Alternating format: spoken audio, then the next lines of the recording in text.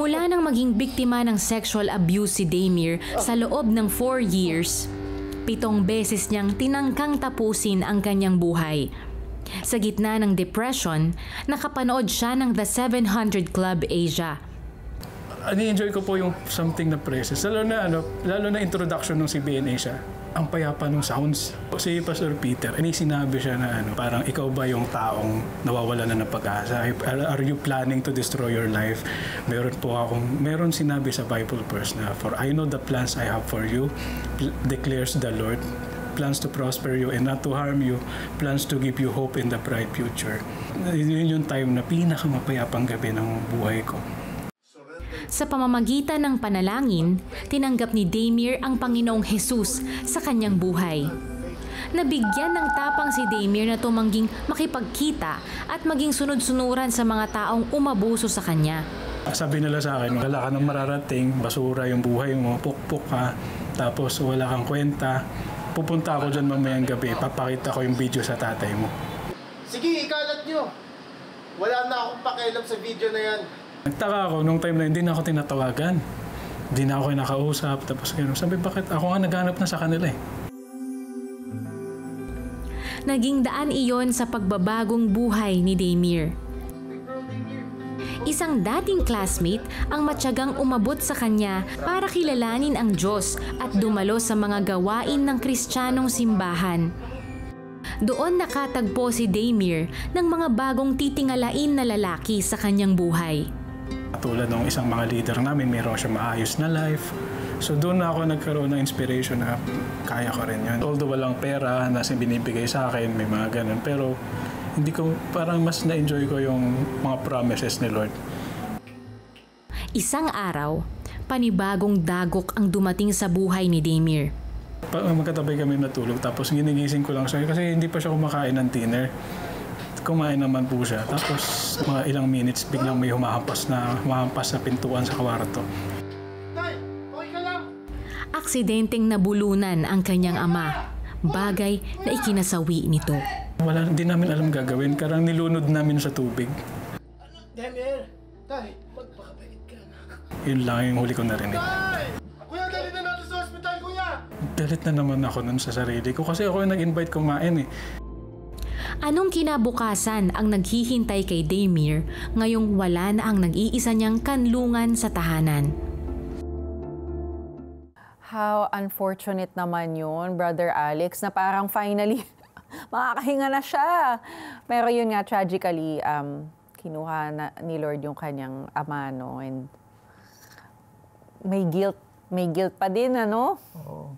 Alam mo, nakikita ko dito, akala ni Damir, yung pinakamasakit yung nangyari sa kanya, eh hindi pa talaga eh. Parang you threw everything to him, like kitchen seconds and so on. Right. What life has to throw to you, di ba?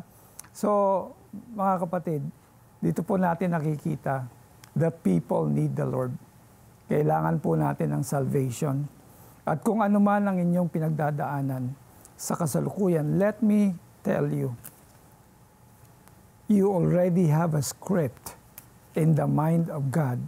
Yung pong buhay na tinatamasa nyo ngayon, whatever it is, either you're surviving or thriving, hindi pa po tapos ang Panginoon, and that is the good news. You are a work in progress, mga kapatid. Huwag mong hayaan lunurin ka ng problema mo, sapagkat anumang problema ang iyong pinagdadaanan, that is only temporary. Because si Lord, wala siyang project, wala siyang ginawa na hindi niya kinumpleto, and that is the good news. All we have to do is to receive Him and allow Him to direct us. He has already prepared a path for us to walk in. So sumunod po kayo sa panalangin. Kapatid, hindi aksidente na nanonood ka ngayon. So, kung ito pong nais ng puso mo, sumabay ka. Lord, na-realize ko, Panginoon, sa napanood ko, Panginoon, na testimony, Panginoon, ngayong gabi, Lord, na tunay nga, Panginoon, merong mga matinding bagyo at krisis na darating sa aming buhay na hindi namin akalain. Lord God. But we know you allow it because meron kang purpose. Gaano man ang pait, gaano man ang struggle, nandiyan ka upang ipakita na ang lahat ng ito ay kaya mong ayusin for the sake of your name and for your glory. Lord, I recognize this. I acknowledge, Lord God, that I need you. Please come into my heart and be my Lord and Savior. Simula ngayon, Panginoon, pangahawakan ko, Panginoon, that you are the one who will protect me, who will deliver me from all of these trials and challenges. At pangahawakan ko, Lord God, ang iyong pangako that in all this, Lord God, you are leading us to victory through our Lord Jesus Christ. In Jesus' name, amen. Amen. Panginoong Jesus, sinatanggap ko po kayo na aking Panginoon at tagapagligtas. Sumabay ka ba sa panalangin upang tanggapin si Jesus? Narito ang CBN Asia Prayer Center para sa iyo 24/7 upang tulungan kang magsimula ng panibagong buhay na punong-puno ng pag-asa, kapayapaan at tagumpay. Just text YES, your name and location o mag-chat sa The 700 Club Asia Facebook Messenger.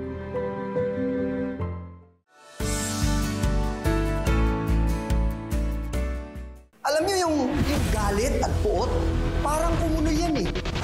Pero alam niyo, kahit nakakulong tayo sa seldang ito, may tunay na kalayaan.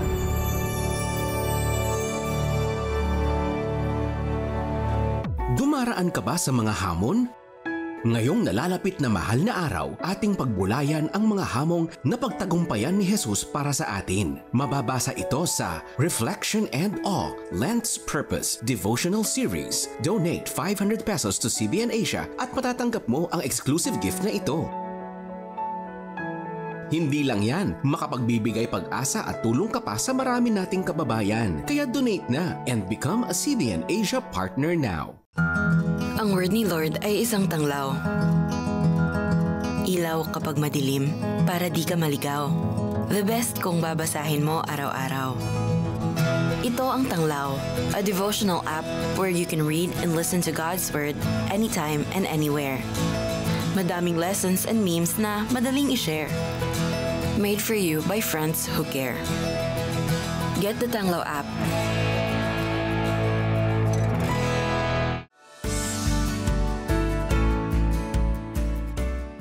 We're back on the 700 Club Asia. Isang blessing na makasama muli sa set si Damir para encourage po tayo tungkol sa kanyang kwento.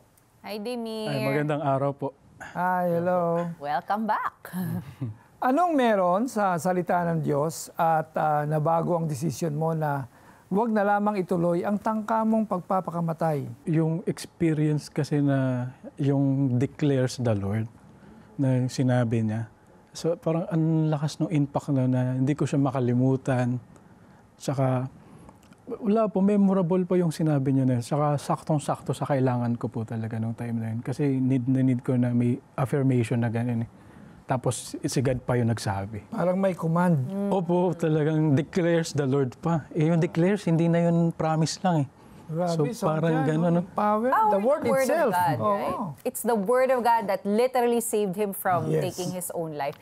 Which begs me the question, ano kayang nangyari kung hindi mo yun napanood at nagtataka ka na doon sa muriatic acid, no? Ano kayang nangyari kung hindi ka nakapanood ng 700 Club Asia that night with Brother Peter, no? Oo nga po eh. Siguro baka natuluyan na.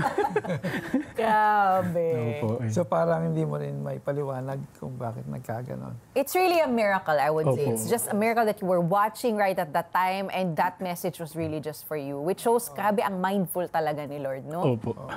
So iba na tatawag ko sa'yo, ang hindi mamatay-matay na biktima. Parang pusa eh. Grabe. Okay, hindi ka ba rin nagtaka, Damer, kung bakit hindi ka na muling ginulo ng abuso sa'yo? Di ba palagi kang binabantaan? Opo. Isang araw, sabi mo, tumigil na lang sila sa panggugulo sa'yo? Opo. Noong time na nagpaplano na po ako na sabi ko kay Lord, Lord, sabi mo sa salita mo, sino man nagtiwala sa'yo, hindi mo papahiya. So, nung dineclare ko yon, ilang araw bago ko siya tawagan, Tapos biglang sinabi sa akin, sabi ko, ikalat nyo na, okay, ready na ako.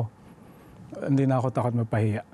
Ayun, nung time na yun, ilang weeks, ilang months, tumigil. Wala po talaga tumatawag na. How old were you at this time? Mga 17, 18? Siguro po mga ganun. Kasi 4 years, pang-4 na taon na po nangyari yun. Wow. And again, he boldly declared the word of God. Opo. Na those who put their trust in you will not be put to shame. Ganun, at he believed in the promise of God, and that's what happened. And naging part ka na rin ng Christian community eventually. Binanggit mo na kahit wala kang pera noon, na kung may galak ka sa puso. Anong ibig sabihin no, na may galak ka sa puso? Anong time po na yun, nai-enjoy ko po sobra yung peace ng God, lalo na nung sinasama ko sa mga Bible studies, sa mga visitation, sa campus ministry. Lalo na nung natutunan ko po yung evangelism na madalas na ginagawa ng mentor ko. Mas masaya po siya. Hindi ko na rin siya nahanap, kusa na lang siyang nawala yung desire na yun. Tapos mas masaya yung presence ni God na parang wala na akong hahanapin nung nai-enjoy ko yun. Yun po. Talagang it set you free, no? Opo. So yung walang pera pero may galak sa puso, ito naman, Damir, ano ba yung pagkakaiba ng may pera pero wala namang peace ni Lord base sa napagdaanan mo? Ano po, mas masaya kasi hindi ko rin maintindihan yung kusa na lang nawala yung desire ko sa pera. Kasi yung addiction ko nga po sa alak, bigla na lang po siya nag-fade. Na dati lagi ko siyang hinahanap para pangtapal ng pain, ang dami ng paligid sa akin na lalo na yung mentor ko, madalas siya nakikipagkwentuhan sa akin. So talagang siya yung pinakamahabang oras na kausap ko. Saka yung, ito nga po yung prayer center. Grabe. Kumbaga kasi you found genuine care. You were affirmed by God and then you found people who genuinely cared for you as well. So parang hindi mo na kailangan ng ibang bagay kasi yun talaga yung deep down hinahanap pala talaga ng puso mo. Binigyan siya ni Lord ng divine helper. Right. So ano naman sa mga pangako ng Diyos, Jamer, ang nakita mong naisakatuparan na at ano pa ang gusto mong makitang matupad sa buhay mo right now? Siguro po yung complete victory ni Christ sa cross. Sobra pong nag-set free yun sa lahat ng takot na meron ako. Natatakot pa rin po ako, may nabibisita pa rin po yung trauma. Meron pa rin pong nangyayaring ganun, pero ang bilis mawala yun kapag inaalala ko kung gaano katindi yung victory ni Jesus Christ sa cross.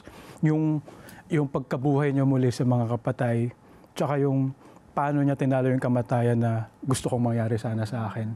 So, tinalo na yun sa maikling panahon lang, sabi ko. Wala nang mas hihigit pa sa tinapos na gawa ni Kristo. Parang binuhay ka din talagang muli ng Panginoon. Ayun po. Nakaranas ka rin ba ng tulad ng pinagdaanan ni Damer o maaaring humaharap ka, kapatid, sa isang mabigat na problema na tila hindi mo siya malampasan? Lumapit ka sa Panginoon at ililigtas ka niya. Tumawag ka sa 24/7 Prayer Center para ikaw ay may pagdasal ng mga trained prayer counselors. Papayuhan ka rin nila mula sa Biblia. Nasa TV screen ang mga numero. Pwede rin mag-chat gamit ang Facebook Messenger. I-type lang ang keywords, The 700 Club Asia. Pwede mo ulit mapanood ang mga bagong kwento at episodes ng The 700 Club Asia na nagpalaya sa iyo mula sa takot at karamdaman sa YouTube channel nito. Magagamit din sa cbnasia.org ang mga inspirational write-ups na gagabay sa iyong pag-aaral ng salita ng Diyos at prayer time. For those who are always in a rush, the Tanglaw app brings fresh inspirations to brighten up your day. Download this for free from Google Play Store, iOS, Spotify, and Apple Podcast. Make Tanglaw your choice of spiritual food to keep your body, soul, and mind healthy whenever, wherever. Marami pang ibabahagi si Damir sa atin pagkatapos ng ilang sandali, kaya naman dyan lamang kayo, magbabalik ang The 700 Club Asia.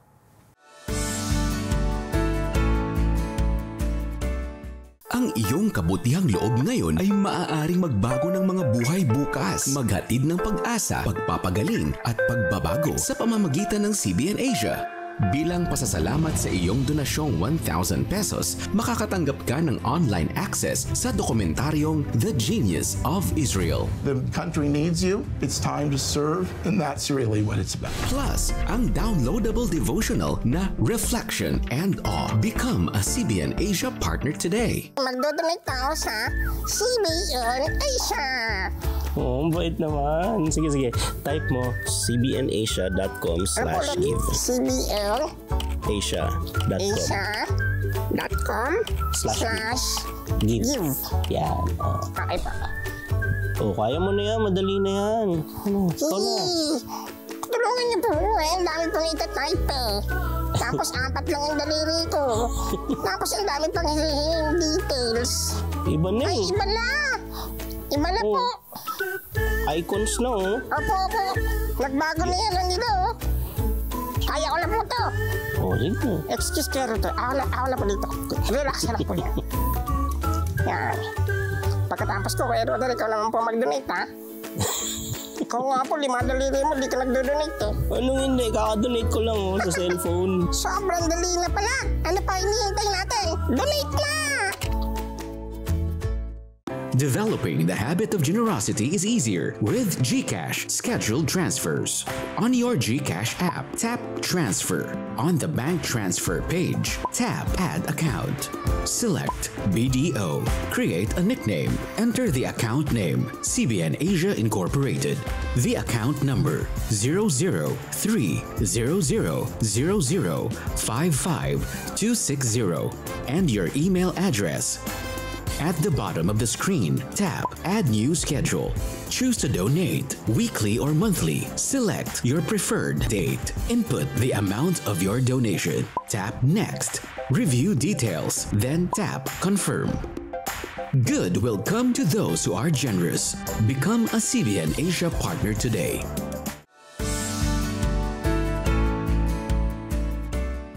Kayo ay nanonood pa rin ng The 700 Club Asia. Kasama pa rin natin si Damir. Ayun, magandang araw po ulit. Ano ba ang naging reaksyon ng mga leader mo sa church nang una nilang marinig ang masalimuot mong nakaraan at paano nila ito tinanggap? Sa mentor ko po, una po yung mas mahabang time niya sa akin. Ay siguro yung tinanggap niya ako na kapareho niya na nagkasala din. Tapos kinahabagan ni Lord. Ganun niya in-express sa akin na hindi siya mas mataas sa akin. Pinakita niya na pareho tayo, na kinahabagan lang tayo ni Lord. Tapos continuously nasa process ka pa rin kagaya ko. So hindi po siya nag-superior sa akin. Parang pinakita niya na pareho tayo nasa journey. Parang sabi nga niya, ako na nga tatay mo. Ganun po yung time na yun na sobrang parang may bago akong tatay nung time na yun. Inampun na pa nga po ako nun na sa bahay nila. How long did you stay with them? 2013 hanggang 2019 po. Wow. Parang God really literally gave you a new family. Opo, yun. Yun talaga, yung pastor na yun, yung mentor mo, yun talagang binigay ni Lord sa iyo. Poured out His life until the very end to you, no? Opo. Damir, sinabi mo na yun nga, may mga role model ka na tinitingala sa church, like this mentor of yours. Ano yung naramdaman nila nung nalaman nila na ito yung nangyari sa'yo? Tingin mo ba na pressure sila in any way na dun sa nangyari sa'yo? Can you let us in on anong naramdaman nila nung nalaman nila yon? Yung dati pong pastor ko po, na naging pastor ko ulit ngayon, na nagulat siya kasi bakit hindi mo kwento dati? Lagi naman tayo magkasama, tapos ganun. So, ayun, bakit hindi ko sinabi daw? So, tsaka, ganun na pala katindi yung nangyayari sa'yo. Bakit hindi mo man lang sinabi sa amin? So, ayun po. Sabi ko rin sa kanila, ang hirap po sabihin talaga pag nandun ka pa sa kalaliman nung crisis na yun sa akin. Ayun po. Oo. Kumbaga, I'm sure they wanted to help.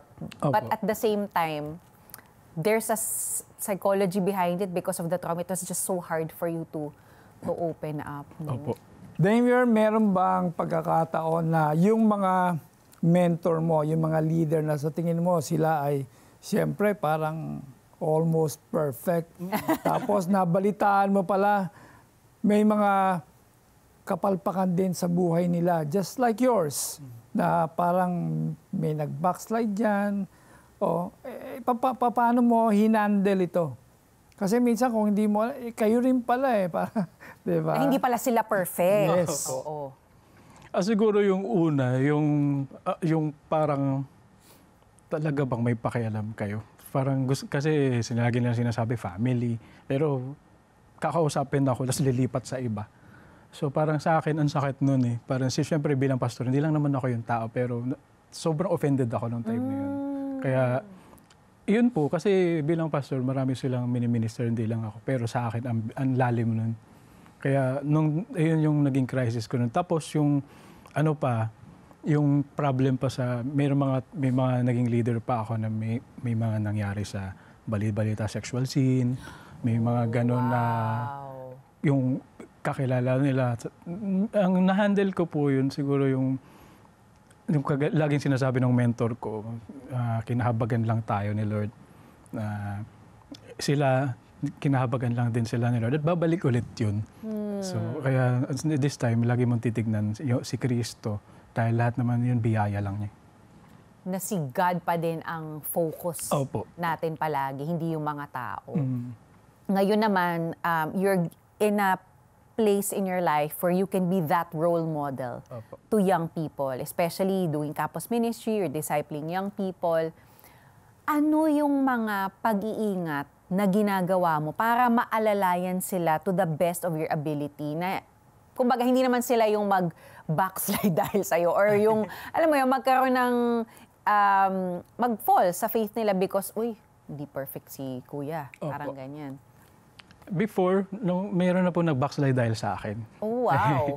Opo. Ayun, yung naging lesson ko po doon na una, huwag akong gaano maging aware sa pagkukulang ko. Mas aware ako sa biyaya ni Kristo. So since nung nag-focus ako doon, hindi na ako gaano takot na magkamali. Pero alam ko kasi hindi ko na siya interest eh. So parang mas lumalaki si Kristo kaysa sa pagkukulang ko. So ayun nga po yung fix your eyes on Jesus because He is the author and perfecter of our faith. Yes. At siya din yung bahala dun sa mga medyo kung natisod man. Opo, yun.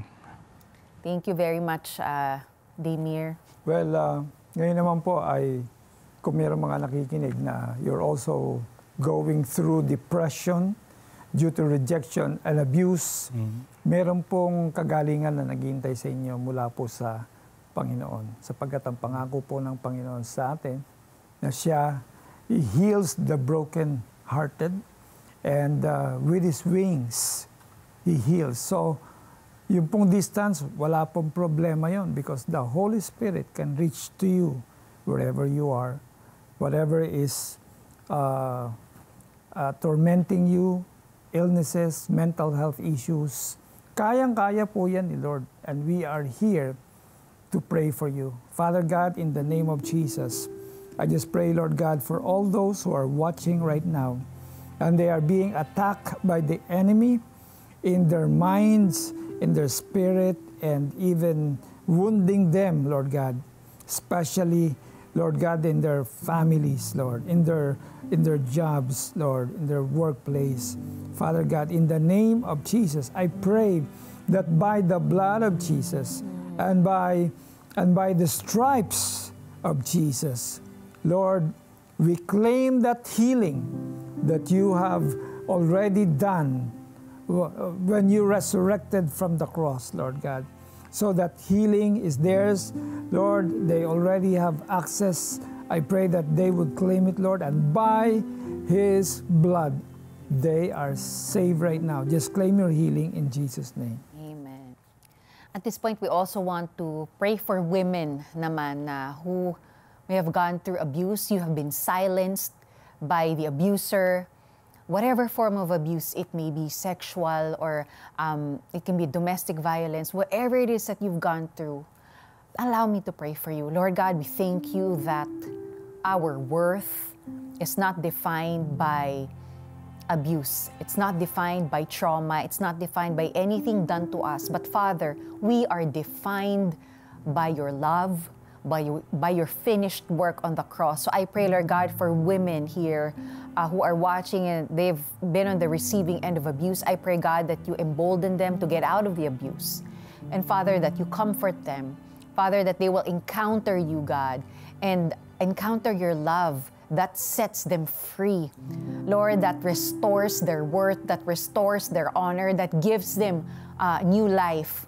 Lord God, that whatever they have gone through in the past, that you will give new meaning to them now, Panginoon. Yung mga napagdaanan nila, it's not to shame them or silence them anymore. But Father, the things that they've gone through, it will give them a new voice where they can speak about the love of God, where they can speak about the victory in Christ, Lord God.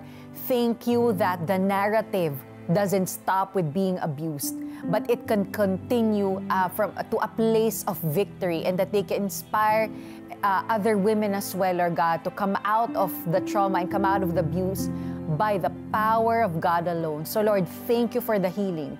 Thank you that victory is available only through Jesus Christ. Lord, thank you. I just speak your blessing of peace, comfort, and joy among these women. In your name we pray. Amen and amen. Amen. Naramdaman ko na tuloy-tuloy ang pag-recover ko. Doon ko naranasan yung kapangyarihan ng Diyos. Wala kaming pera pero naitayo namin yung farm na ito. Nag-restore sa akin, finances, trabaho. Lahat po yan galing sa Panginoon. Tulad ba nila ay sinagot din ng Panginoong Jesus ang iyong panalangin? We want to hear it from you. Please text answered prayer and share your story with us. Send it to 0917-126-1442. As we wrap up today's episode, let's hold this truth close to our hearts. Life will not always unfold in ways we hope for. There will be storms that challenge our spirit and seasons that stretch our faith. But take heart, for we are not alone. Amen. And when everything around us feels unsteady, Jesus Christ remains our unshakable foundation.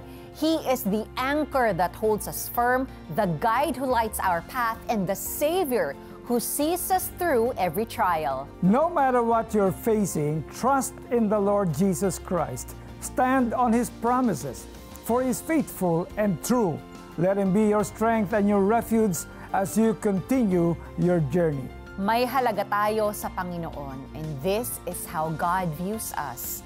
Consequently, you are no longer foreigners and strangers, but fellow citizens with God's people and members of His household, built on the foundation of the apostles and prophets, with Christ Jesus Himself as a chief cornerstone. Ephesians chapter 2, verses 19 to 20. If you want to see more life-changing and inspiring stories on the show, partner with us. Call the number on your screen or scan the QR code. Makakasama pa rin natin si Damir bukas para sa pagtatapos ng kanyang kwento. Dito lamang sa The 700 Club Asia, same time, same channel. Thank you for joining us today, and may God's peace and love fill your life until we meet again.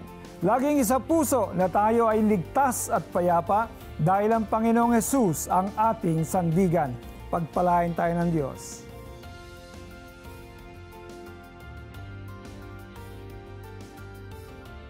Isang sex scandal na maaaring kumalat. Paano ito haharapin sa pagpapatuloy ng kwento ni Damir Baityong? Dito lang sa The 700 Club Asia, Biyernes alas 12 ng gabi sa GMA.